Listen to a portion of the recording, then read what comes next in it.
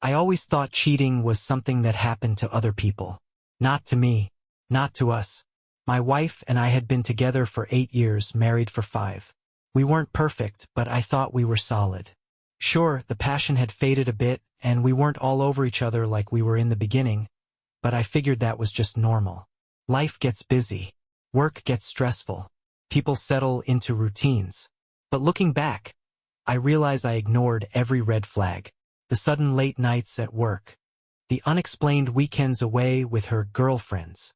The way she started guarding her phone like it held nuclear codes. The shift in her attitude, how she'd pick fights over nothing, twist my words, act like I was suffocating her when all I was doing was asking normal questions. And then there was the keycard. I found it on a random Tuesday night while looking for my car keys. Her purse was on the kitchen counter, half unzipped, overflowing with the usual mess. Receipts, lip gloss, tangled headphones. I wasn't even snooping. I was just moving stuff around when I saw it. A white plastic hotel keycard, peeking out from under a Target receipt. At first I thought nothing of it. Maybe it was old. Maybe she had gone to a work event or something and just forgot to toss it. But then I looked closer. The logo on the card wasn't from some fancy out-of-town hotel. It was from a place 15 minutes from our house. I felt a slow, creeping chill work its way down my spine. She hadn't mentioned any hotels. No business trips, no overnight stays for work. And why would she need a room so close to home? My stomach twisted as I turned the card over in my hands. It was still in perfect condition. No scratches, no fading. This wasn't old. My pulse pounded in my ears as I stared at it. There was only one explanation. I heard the water shut off in the bathroom. She was finishing up her shower. I had seconds to decide what to do. I could throw the card back and pretend I never saw it, or I could confront her right now. The thought of her looking me in the eye and lying to my face made my blood boil. I held onto the card. She walked into the kitchen wrapped in a towel, scrolling through her phone like she hadn't just flipped my world upside down. When she finally looked up, she frowned. "What's wrong with you?" I held up the keycard. The flicker of recognition in her eyes was instant. A fraction of a second, but I caught it. Then, just as quickly, she switched gears, rolling her eyes like I was being ridiculous. "Oh, that's old." She waved a hand dismissively and turned back to her phone. "I don't even know why I still have that." She didn't even ask where I found it. Didn't try to make up a real excuse. Just brushed it off like I was too stupid to question it. A fire burned in my chest. I wasn't stupid. I wasn't blind. And I wasn't about to let this go. But I also wasn't going to let her manipulate the situation and turn this into my fault. So I just said, "Oh yeah? Which hotel is it from?" Her fingers tensed around her phone. "I don't know. Some conference thing from a while ago." Another lie. I turned the card around, making sure she saw the logo. "This hotel is right here in town." Silence. She blinked, but recovered fast. "Oh, that one. Yeah, I went there with a friend a while ago. She had a rough breakup, needed a night out, so I stayed with her." "You seriously think I'm—" She let out a sharp, humorless laugh. "Wow. Paranoid much." She was good. I had to give her that. Quick on her feet. Confident in the lie. If I hadn't known better, I might have let it go. But I did know better. And now I had to find out the truth. I barely slept that night. She acted normal, too normal. After brushing off my questions, she went about her night like nothing had happened. Meanwhile, I was lying in bed, staring at the ceiling, replaying the conversation over and over. She had lied to me. I didn't just suspect it. I knew. The keycard was fresh. The hotel was local. And her story? Completely made up. The worst part was that she wasn't even trying that hard to cover her tracks. That told me one thing. She thought I was too stupid, too trusting, too in love to ever dig deeper. She thought she had me wrapped around her finger. That's when I made a decision. I wasn't going to accuse her again. Not yet. I needed proof. Something undeniable. Something she couldn't twist. So the next morning, after she left for work, I took the keycard and drove straight to the hotel. It was a generic business hotel, nothing fancy, the kind of place you book when you don't want to be noticed. The moment I stepped inside, I felt like an idiot. What was I even hoping to find? I approached the front desk and slid the keycard across the counter. "Hey, I think my wife left this here recently. Is this still active?" The receptionist, a young woman with tired eyes, barely looked up as she typed into her computer. Then she nodded. "Yeah, it's for room 214. Still active." My stomach dropped. Still active. That meant she had been there recently. It wasn't from months ago. It wasn't a forgotten relic from some innocent stay. She had been there this week. I forced my voice to stay steady. "Do you know when it was last used?" She frowned at the screen. "Looks like 2 nights ago. 2 nights ago." That was the night she had told me she was exhausted from work and went to bed early. I gripped the counter to steady myself. "And it was checked in under." "Sorry, I can't give out guest names." Didn't matter. I already knew the answer. I walked out of that hotel in a daze, my pulse hammering. She wasn't just sneaking around. She was comfortable enough to keep the keycard. She had zero fear of getting caught. That told me this wasn't a one-time thing. This had been going on for a while. I sat in my car, gripping the wheel, staring blankly at the dashboard. My thoughts bounced between blind rage and crushing humiliation. How long had I been played? How many nights had I been home, thinking she was just tired? While she was sneaking off to a hotel room, I wanted to drive straight to her office, storm in, and demand answers. I wanted to throw that stupid keycard in her face and watch her try to lie her way out of it again. But I held back. No, not yet. She was a liar. A good one. If I confronted her now, she'd just spin another story. Gaslight me. Make me feel crazy. I needed more. I needed to catch her in the act. That night I played along. Acted completely normal. She came home late, claiming she had stayed at the office to finish up a project. I nodded, smiled, kissed her on the cheek. She barely even looked at me when she walked past. She thought she had me fooled. So I made my next move. The next day, I installed a tracking app on her phone. She never let me touch it, but I didn't need to. She always left it charging on the kitchen counter while she showered. It took me less than 2 minutes to install the app and set up notifications. If she went back to that hotel, I'd know. And when she did, I'd be waiting for her. The waiting was the hardest part. I had set the trap, and now all I could do was sit back and let her walk into it. Every time she glanced at her phone, I wondered if she was texting him. Every time she left the room to take a call, my mind ran wild. I was trapped in my own home, in my own marriage, watching a woman I no longer recognized go about her day like nothing was wrong. Like she wasn't lying to my face every second she breathed. But I stayed patient. 2 days passed. Then 3. She stuck to her usual routine. Work, home, fake small talk, occasional passive-aggressive comments whenever I bothered her with questions. But there was something else now. A nervous energy in her movements. Like she felt something was off. I had to play it cool. The last thing I needed was for her to get suspicious. So I kept things light, normal, even affectionate. I kissed her before bed. I asked about her day. I pretended not to notice when she flinched slightly every time I touched her.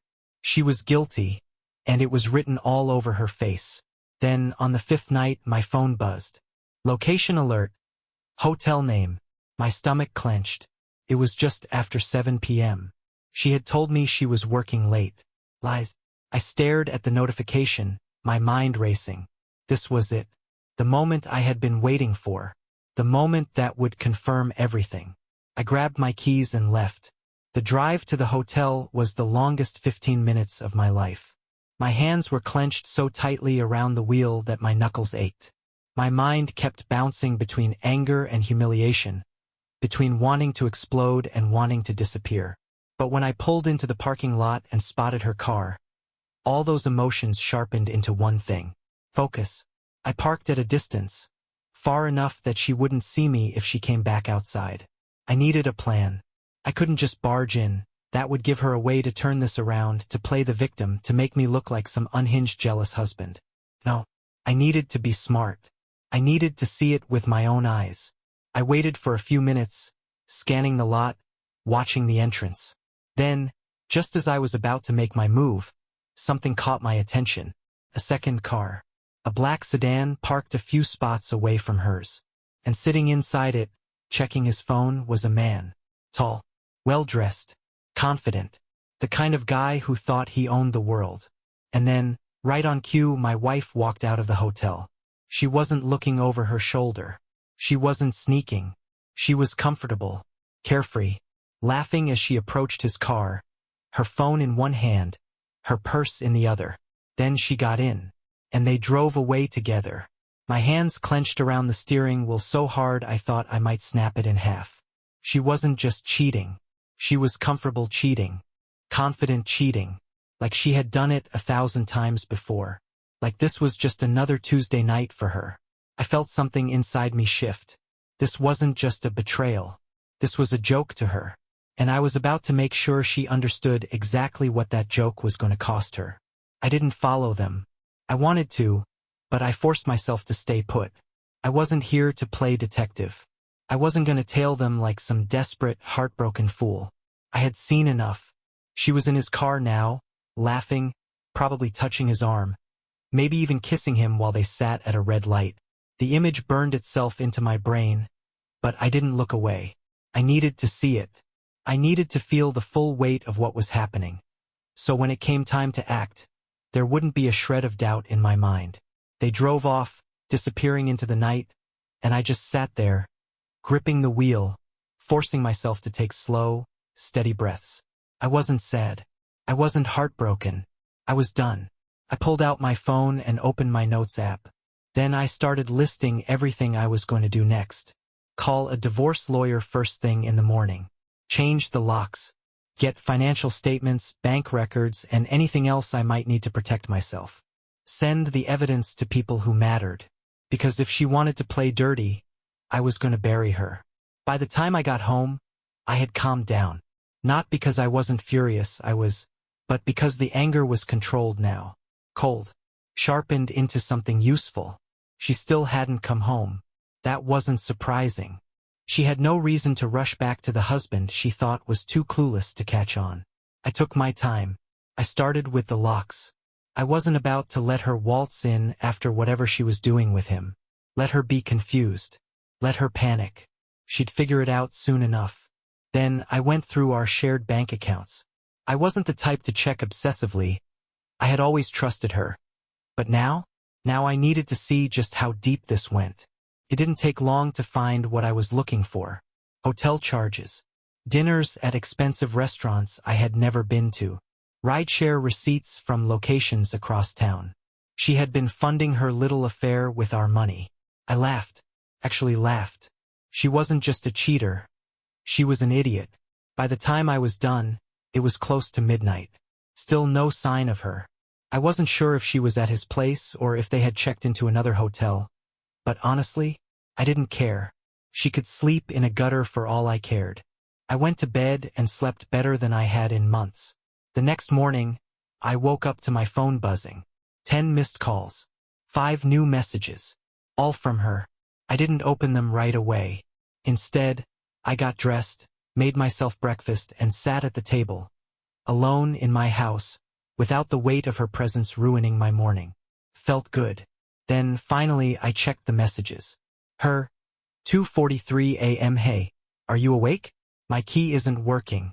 Her, 2:45 a.m. Did you change the locks? Her, 2:50 a.m. This isn't funny. Let me in. Her, 3:01 a.m. Answer your phone. I swear, if you don't open this door. Her, 3:15 a.m. You're being crazy. We need to talk. I smirked. Now she wanted to talk? I stood up, stretched, and went about my morning as if she didn't exist. Because as far as I was concerned, she didn't. I let her sweat. She kept calling, kept texting, each message swinging wildly between anger, confusion, and fake concern. It was almost impressive how quickly she shifted tactics. 1 minute, she was furious, calling me insane for locking her out. The next, she was acting like this was just some big misunderstanding, something we could work through if I would just be reasonable. I ignored every single message.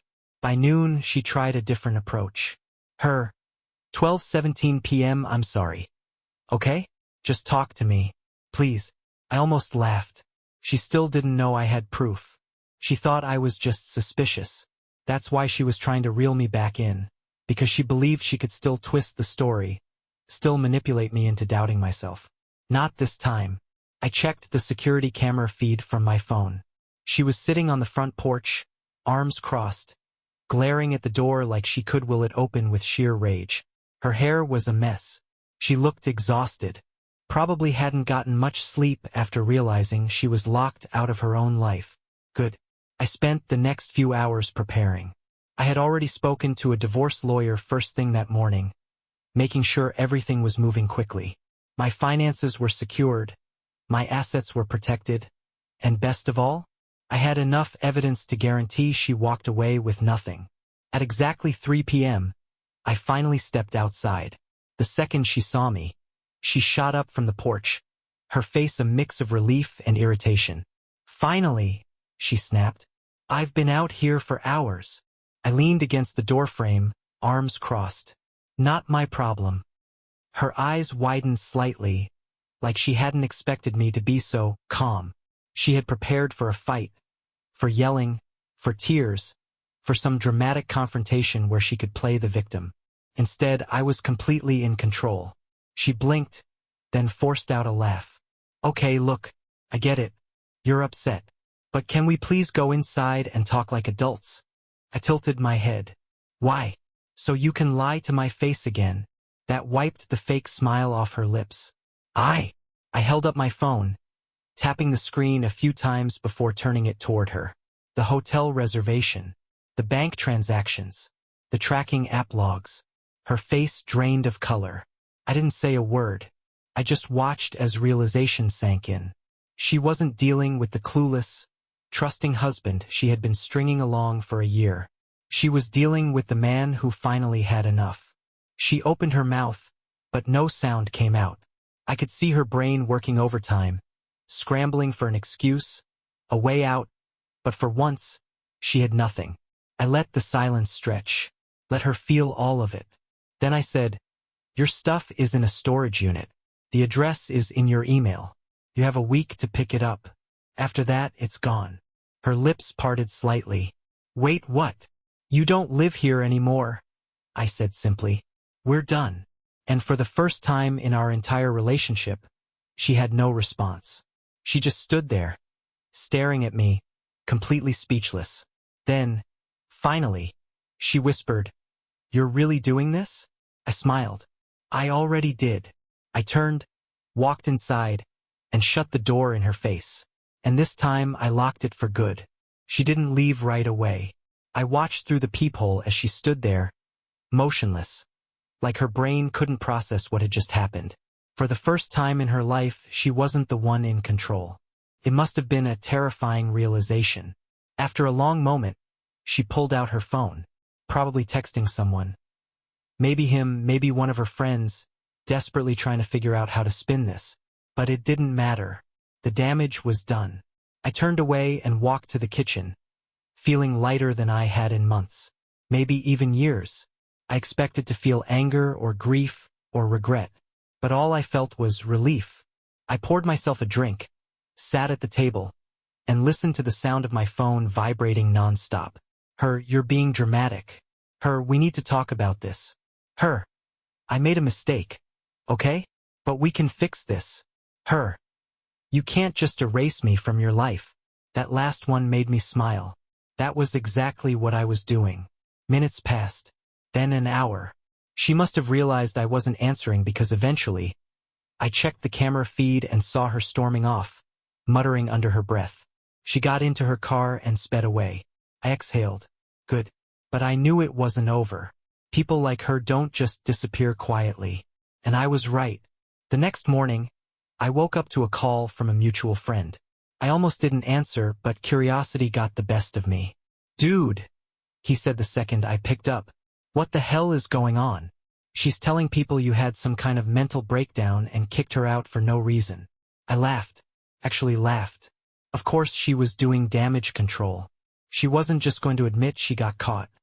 No, she had to be the victim. She's lying, I said simply. I caught her cheating. I have the proof. Silence. Then a low whistle. Yeah, that makes way more sense. She's been texting everyone acting like you just snapped. I smirked. Let her. The truth will come out. And it did. Because I made sure of it. I spent the rest of the morning sending out my own messages to the people who mattered. I didn't blast it to the whole world, but I made sure that her family, her close friends, and anyone who would hear her side of the story knew exactly what had happened. I sent them screenshots, receipts, everything, and just like that, the tides turned. By noon, my phone was blowing up again. This time, it was her. Her. What the hell is wrong with you? Her. You're ruining my life. Her. Take that stuff down right now. I didn't reply. Instead, I muted her number and went about my day. She wanted me to feel something, to engage, to argue, to let her twist this into some dramatic fight where she could still have some level of control. But I wasn't playing that game anymore. She had already lost. And I was finally free. I expected her to lash out, to scream, to keep pushing until she got a reaction out of me. That was how she worked. Manipulate, twist, guilt trip. Make herself the victim. What I didn't expect was how fast she would spiral. By the second day, she had gone from angry texts to full-on desperation mode. First, she tried love bombing. Her. 9:32 a.m. I miss you. Her. 9:40 a.m. please. Let's just talk. Face to face. I need to see you. Her. 10:12 a.m. I know I messed up, but we have years together. Doesn't that mean anything? I ignored every message. By noon, she switched tactics. Her. 12:23 p.m. You're being cruel. Her. 12:45 p.m. I don't deserve this kind of treatment. Her. 1:10 p.m. You think you're hurting me? You're ruining your own reputation. I just chuckled. My reputation? She had been the one sleeping around, sneaking off to hotels, treating me like an idiot. The only thing I had done was expose the truth. But it was the next message that made me pause. Her. 3:27 p.m. I need to get my things. I'm coming over tonight. I raised an eyebrow. No, you're not. She had one chance to take her stuff from the storage unit I paid for. If she wanted to play stupid games and ignore that, not my problem. Just to be sure, I pulled up the security camera feed. The front porch was empty, but something told me she wasn't bluffing. So I waited. 8:15 p.m. Her car pulled into the driveway. I was sitting in the living room, lights off, watching her through the cameras. She marched up to the door like she owned the place, yanked on the handle, only to find it locked. She froze. Then, slowly, she pulled out her phone and dialed. I let it ring. She called again, and again. By the fourth call, she was pounding on the door. Open up, she shouted. This is still my house. I smirked. No, it wasn't. Not anymore. Then, as expected, she switched tactics again. Her voice softened. Please, she said, her tone shaking. I just need to talk to you. Just for a minute. Please. I sighed, stood up, and walked to the door. But I didn't open it. Instead, I spoke through the security system's intercom. Your stuff is in storage. I sent you the address. You're not getting in. Silence. Then, a long, slow inhale, like she was trying to hold back her rage. You're being ridiculous, she snapped. No, I'm being smart. She let out a bitter laugh. You think this is gonna make you happy? Locking me out? Being petty? I tilted my head, even though she couldn't see me. Yeah, actually, it does. And with that, I shut off the intercom and walked away. I watched through the camera as she stood there, fists clenched, body trembling. Then, finally, she turned and stomped back to her car. I half expected her to key my car or try something crazy, but all she did was slam the door and peel out of the driveway. And just like that, she was gone. For now. Because deep down, I knew this wasn't over. Not yet. I should have known she wouldn't give up that easily. The next morning, I woke up to even more messages. She must have been up all night because they started at 2 a.m. and didn't stop until dawn. At first, it was more of the same. Apologies, guilt trips, fake remorse. Her. 2:14 a.m. I can't sleep. I keep thinking about us. Please, let's just talk. Her 3:02 a.m. I know I hurt you, but you shutting me out like this isn't fair.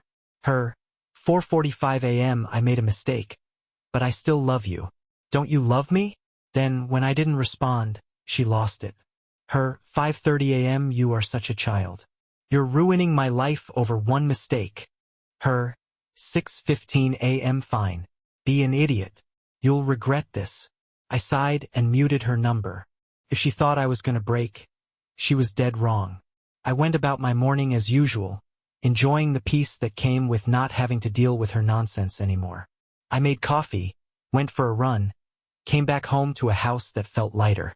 And for the first time in a long time, I actually felt happy. Then, around noon, I got a call from an unknown number. I almost ignored it, but something told me to pick up. The second I did, a familiar voice came through. Hey man. A pause. It's me. You're gonna want to hear this. It was her best friend. The same one who had unknowingly exposed her that night outside the hotel. And what she told me changed everything. She's telling people you abused her. The words hit like a truck. I actually laughed, thinking she was joking. What? She's playing the victim. She's saying you were controlling, manipulative.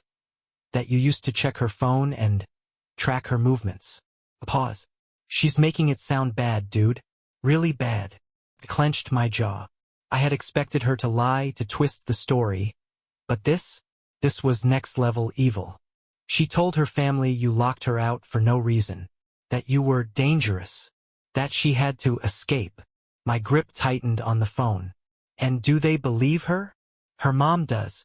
But honestly, a lot of people aren't buying it. She hesitated. I think she's desperate, man. She knows she screwed up. She's scrambling. I exhaled slowly. Of course, she was trying to flip the script. She couldn't deny the cheating, so she was trying to paint herself as the victim. Make it look like I was the bad guy. It was pathetic. But it wasn't going to work. Because unlike her, I actually had the truth on my side. That afternoon, I did two things. First, I contacted my lawyer and let him know exactly what was happening. He reassured me that her lies wouldn't hold up in court, especially since I had proof of her actual behavior. Then I made a few calls of my own. If she wanted to spread false stories, I was going to make sure people heard the real one. I sent the proof, screenshots, hotel receipts, location data to the people who mattered. Not in a petty way, not to be dramatic, but because I wasn't going to let her destroy my name to save her own. And just like that, her little narrative collapsed. I started getting messages from people who had originally believed her lies. Mutual friend. Dude, I just saw the proof. I can't believe she actually tried to flip this on you. Her coworker, wow. She told everyone you ruined her life, but left out the fact that she was sneaking into hotels with other guys. Her cousin. Hey, I'm really sorry for what she's been saying about you. We know the truth now. Piece by piece, her fake victim story crumbled. And I knew, sooner or later, she was going to crack. Because when manipulators lose control, they self-destruct, and I was about to watch it happen in real time. It only took one more day for her to completely lose it. By now, her entire web of lies was collapsing. The people she had tried to manipulate weren't buying her sob story anymore. Some of them had even called her out directly, asking why she had left out the part where she was sneaking around behind my back. And just like that, her last bit of control was gone. That's when she did something completely insane. I was at home, finally enjoying my peace, when my phone buzzed. Unknown number. This is Officer Daniels with the local police department. We need to speak with you regarding a report filed against you. I stared at the message, my heartbeat slowing. A report? I immediately called the number. The moment the officer picked up, I could already tell from his tone that something wasn't adding up. She called us earlier today, he explained. Said you locked her out of her home, took her belongings and threatened her. I almost laughed. Officer, I said calmly, she doesn't live here anymore. We're in the middle of a divorce. Her belongings are in a storage unit. And as for threats, I have zero contact with her. A pause. Then, yeah, that's kind of what I figured. I blinked. Wait, what? The officer sighed. Look, I'm just going to be honest with you. She came into the station a few hours ago, hysterical, saying you were dangerous and unstable. But when we pressed for actual proof, she had nothing. No messages, no recordings, no history of calls. Just her word. And, I asked, and we didn't buy it, he admitted. We still had to reach out because that's standard procedure. But honestly, this sounds like a personal dispute, not a crime. I exhaled slowly, gripping my phone. She was desperate. She had tried everything else. Manipulation, guilt, lies, and now that nothing was working, she had gone straight to the nuclear option. She was trying to make me look like a criminal. It was disgusting. Do I need to come in? I asked. No, he said. I've already noted everything. Just avoid any contact with her. I let out a humorless chuckle. That won't be a problem. We ended the call, and I just sat there for a moment, processing everything. She had actually tried to get the police involved. Not because she was scared of me, not because I had actually done anything, but because she wanted control back. And when manipulators lose control, they burn everything down with them. But she had just made a huge mistake. Because now, I had legal grounds to go after her. First, I called my lawyer. He was already one step ahead. She filed a false report? He asked, almost amused. Wow, she really is self-destructing. What do?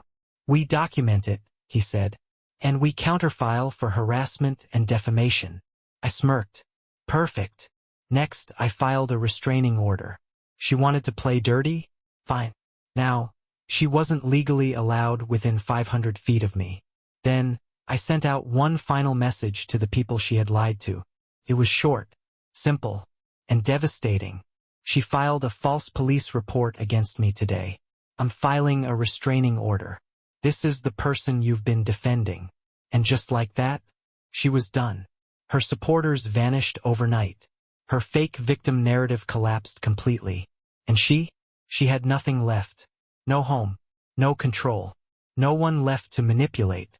And honestly, I couldn't have planned it better myself. I thought that would be the end of it. She had lost everything. Her home, her lies, her supporters. She had tried to drag me down with a false police report. And when that didn't work, I had slapped her with a restraining order. She had nothing left to throw at me. But people like her, they don't just give up. A few days passed. For the first time in months, my phone was quiet. No more texts. No more calls. No more drama. I was finally free. Then, on day 4, I got a call from my lawyer. She just responded to the divorce filing, he said. I leaned back in my chair. And, he sighed. She's contesting it. I frowned.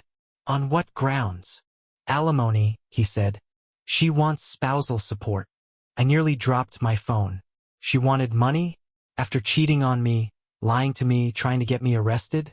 I let out a slow breath, my fingers tightening around the armrest of my chair. Tell me she doesn't have a case. She doesn't, he assured me. She's grasping at straws. You make more money than her, sure, but we have proof of infidelity. And, considering she already filed a false police report, her credibility is shot. I exhaled. So what's the move? We fight it, he said. And we make her regret even trying. I smiled. That's exactly what I wanted to hear. She thought this was a game. She thought she could milk me for money, that I would cave just to get rid of her. She didn't realize she had already lost. The next morning, I met with my lawyer in person. We gathered everything, bank statements, hotel receipts, screenshots of her texts. We built a bulletproof case that wouldn't just stop her from getting alimony. It would financially ruin her. See, she hadn't just been using our money for her affairs. She had been dipping into her own savings, draining her accounts to live her little double life. And now that she was on her own, she was broke. No house, no job security, especially after the reputation damage she had caused herself. And now, no shot at taking a single dime from me. The court date was set. A week before the hearing, I got one last message from her. Her 11:48 p.m. please. Let's not do this. Her 11:50 p.m. I don't want to fight anymore. Can we just talk? Her, 11:52 p.m. I'm sorry. Okay? I just don't want things to end like this. I stared at the messages, completely unmoved. She wasn't sorry. She wasn't looking for closure. She was panicking. She had realized she was about to lose everything, and this was her last pathetic attempt to manipulate me into backing down. I didn't reply. The next morning, I had my lawyer send her a final notice. Drop the alimony request or we go to court and expose everything. She folded within hours. The same woman who had spent months lying, cheating, and playing the victim? She backed down the second she realized she couldn't win. And just like that, the divorce was finalized. No alimony, no settlement. She walked away with nothing. And I walked away with my freedom. The divorce papers came in the mail a week later. I held the envelope in my hands for a long time before opening it. Not because I had second thoughts, not even close, but because this was the final nail in the coffin. The official, legally binding proof that she was nothing to me now. I tore it open and skimmed through the pages. Divorce granted. No alimony. No settlement. Just like that, it was over. She had fought so hard to manipulate her way out of this. She had tried lying, guilt-tripping, playing the victim, even weaponizing the police against me. And in the end, she had gotten exactly what she deserved. Nothing. I let out a long breath, feeling something I hadn't felt in a long time. Relief. I had spent months doubting myself, questioning everything, wondering if maybe, just maybe, I had been paranoid. That maybe I had overreacted. But no. She had played a stupid game. And she had won a lifetime supply of consequences. I didn't hear from her for a while after that. She had gone radio silent, probably too humiliated to show her face. A mutual friend told me she had moved into some cheap apartment on the other side of town. And the guy from the hotel? Gone. The second things got messy, he had dropped her like a bad investment. She had wrecked her entire life. For nothing. And honestly, couldn't have cared less. Then, about a month later, she resurfaced. I was at work when my phone buzzed. Unknown number. I had a feeling I knew who it was. I let it go to voicemail. A minute later, a new message popped up. I hit play. Her voice came through, soft, shaky, pathetic. Hey, I know I'm probably the last person you want to hear from, but I wanted to say I'm sorry. For everything. I messed up. I know I did. And I don't expect you to forgive me, but I don't know. I guess I just wanted you to know that I regret it.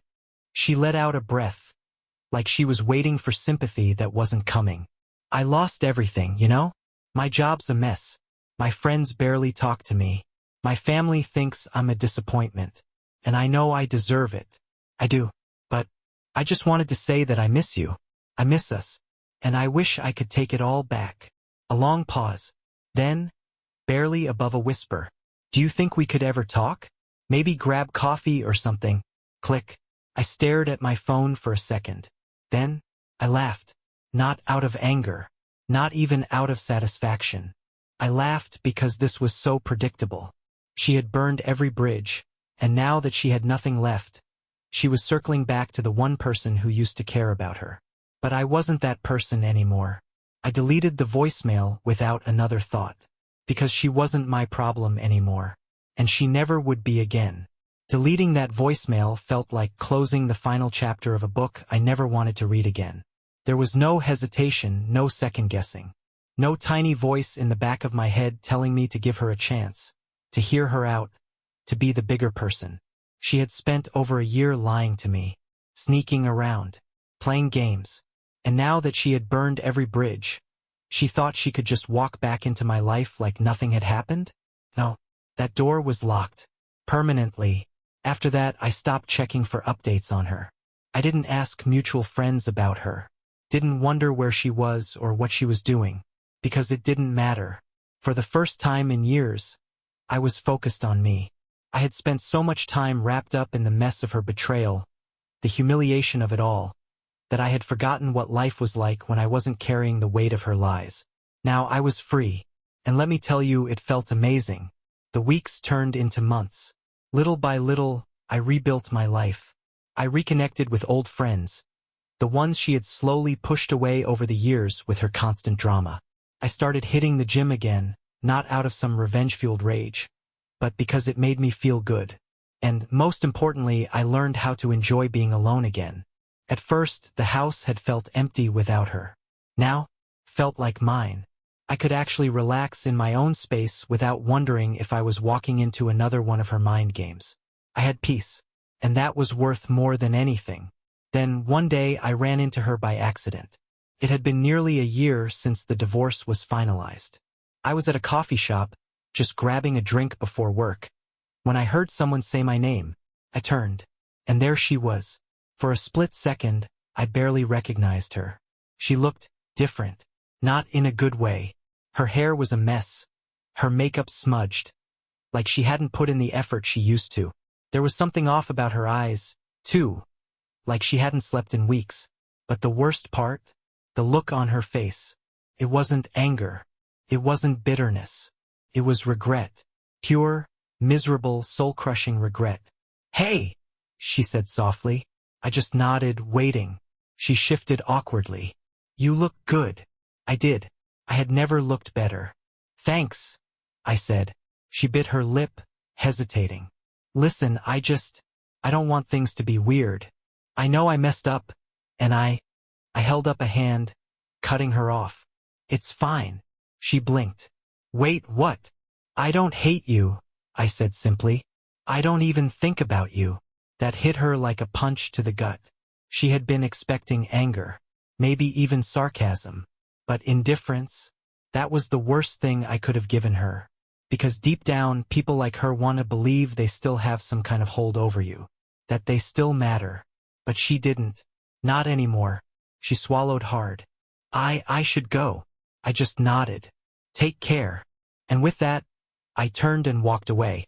And this time, I never looked back. Walking away from her that day wasn't just the end of a conversation.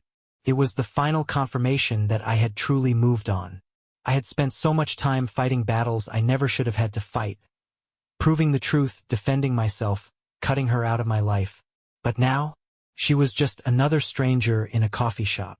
And that was all she'd ever be. After that, life only got better. I had peace. I had freedom. And, most importantly, I had clarity. Looking back, I realized something. It wasn't just about the cheating. Yes, that was the final betrayal, the moment I knew I could never trust her again. But the truth was, she had been toxic long before that. She had been chipping away at me for years, gaslighting me, dismissing my feelings, pushing away my friends, making me feel like I was the problem every time I questioned her behavior. She had spent years conditioning me to accept less. And now that I was free from her, I was never going to let that happen again. One night, a few months after running into her, I was out with some friends. Just a casual bar night, nothing crazy. We were laughing, catching up, trading stories. Things I hadn't done in years because she had slowly pulled me away from the people who actually cared about me. At one point, one of my friends turned to me and said, "Dude, I've never seen you this happy." And he was right. For the first time in a long time, I wasn't carrying any dead weight. I wasn't questioning myself. I wasn't worried about what some selfish, lying woman was doing behind my back. I was just living my life, and it felt incredible. Then, out of nowhere, I got a message. Not from her, thankfully, but from someone I hadn't spoken to in a long time. Her ex-best friend. The same one who had unknowingly exposed her that night outside the hotel. At first, I thought it was going to be another, "I can't believe what she did" kind of message. But it wasn't. It was even better. Her, 10:32 p.m. "Hey, just thought you should know. She got caught cheating again. On the new guy." I stared at the message, then burst out laughing. Of course she had. Because people like her, they don't change. She had blown up her entire life. Our marriage, her friendships, her family's trust. For nothing. And now, even the new guy, the one she had probably convinced herself was her fresh start, had seen through her lies. Karma had come full circle. And honestly, I didn't feel bad for her. Not even a little bit. I just smiled, locked my phone, and went back to enjoying my night. because she was still stuck in the same cycle of self-destruction. But I had finally broken free, and there was no way in hell I was ever looking back. Finding out she had cheated again didn't shock me. It didn't make me angry. It didn't even make me feel vindicated. It just confirmed what I already knew. She was always going to be this way. Some people don't learn. Some people can't. She had destroyed her marriage, wrecked her friendships, humiliated herself, and now, she was repeating the same mistakes all over again. And the best part? This time, it had nothing to do with me. I was completely out of the equation. She had no one left to blame, no one to gaslight, no one to manipulate, just herself. And that was her real punishment. I never responded to the message about her latest affair. It wasn't my problem anymore. I had wasted enough time on her. Instead, I went on with my night, enjoying my life, the one I had rebuilt without her. And the next morning, I woke up without a single ounce of regret. That's how I knew I had won. Not because she had crashed and burned again. Not because karma had finally caught up to her. But because, for the first time in a long time, she didn't matter. She wasn't even a thought in my mind.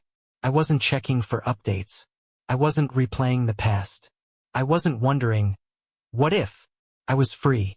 And that was better than any revenge I could have ever planned. The next few months flew by. I got a promotion at work. Traveled for the first time in years. Even started dating again. Not out of desperation, not to replace her, but because I had finally healed enough to want something real again. I took my time. I didn't rush into anything. I wasn't looking for some rebound, some quick fix to fill the void. Because the truth was, there was no void. She had been dead weight. And once I had cut her loose, my life got better in every single way. Then, one night, something happened that truly closed the book on all of this. I was out on a date. Just drinks, nothing serious. When I noticed someone staring at me from across the bar, took me a second to register who it was. Her mom. I hadn't seen her since everything had gone down.